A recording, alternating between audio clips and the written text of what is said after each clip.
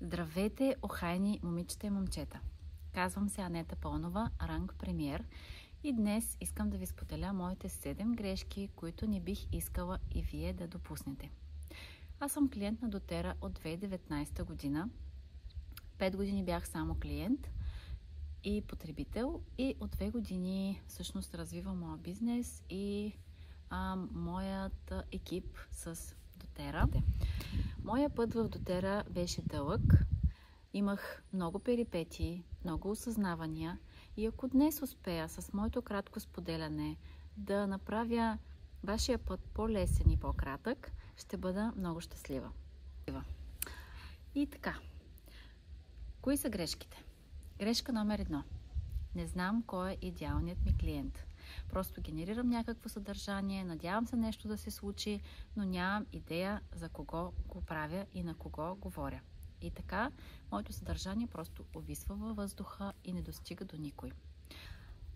Затова помислете, кой е вашият идеален клиент? Коя е личността, на която вие може да помогнете? Вие имате знанието и достатъчно опит, за да бъдете полезни. Това е вашия идеален клиент. Грешка номер 2. Нямам канал за комуникация. За да имате клиенти, вие трябва да сте видими. Не се случва това, което всички си го мечтаем, да ни звънат на звънеца и да ни кажат: абе, чух, че продаваш масла, искам да си купя. Ами не става така. Затова вие трябва да сте видими. Трябва да изберете дали ще правите работилнички на живо, срещи на живо, семинари, уебинари, рилсове, видеа. Какво нещо на вас ви е лесно да започнете да правите и то няма да е лесно, но ще е най-достъпното за вас средство. Започнете го. Трето, социалните мрежи. За съжаление, без тях не може. В днешното време, за да развиваш бизнес, какъвто и да е, независимо дали е мрежови маркетинг или продаваш нещо, ти трябва да си в социалните мрежи.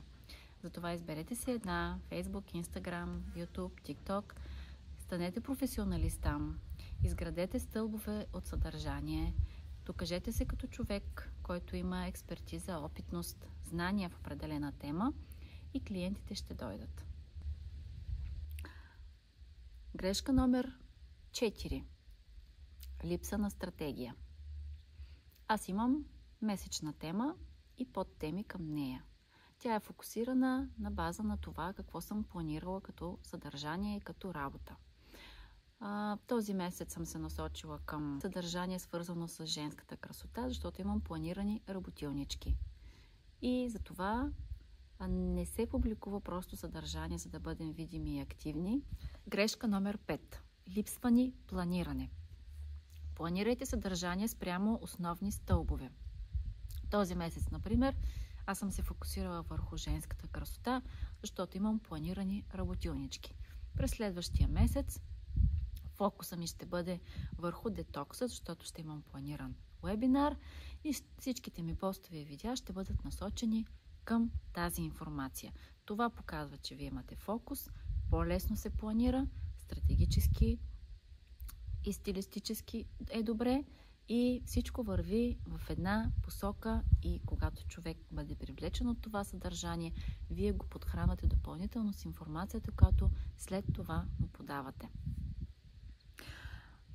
Защо човек е привлечен от вашето съдържание? Това ще бъде грешка номер 6.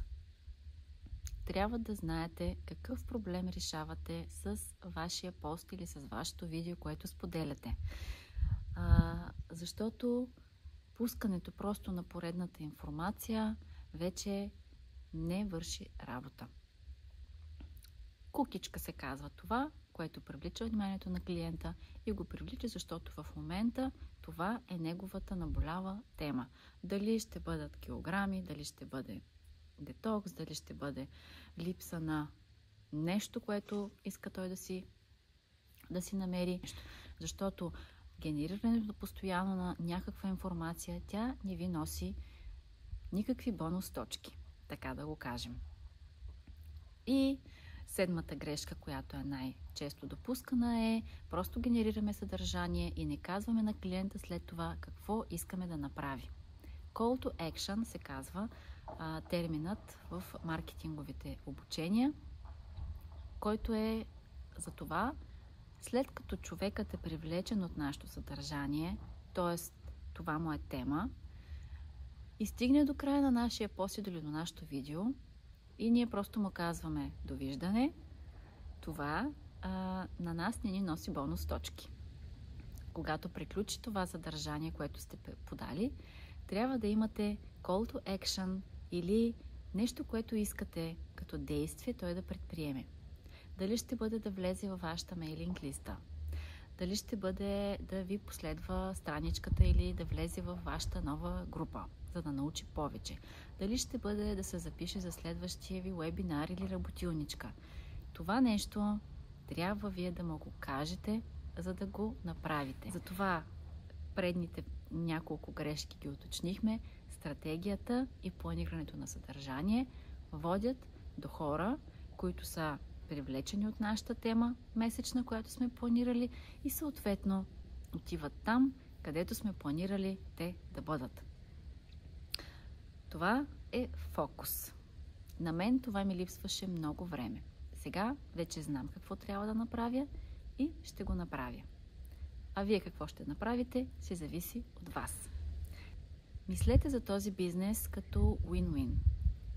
Нещо, което дава стойност и полезност и на двете страни. Аз получавам приход, ти като клиент получаваш решение на твоя проблем. Затова обичам моя доTERRA бизнес и затова не се отказвам и продължавам напред, въпреки времето, въпреки пречките, защото удовлетворението, което получавам от работата ми, не може да се измери с пари. На вас искам да пожелая успех в преследването на вашите цели, да бъдете целеустремени, фокусирани и не се отказвайте, защото пречки по пътя ще има. Но те са само за да ви изпитат дали сте готови за успеха, който мечтаете да постигнете.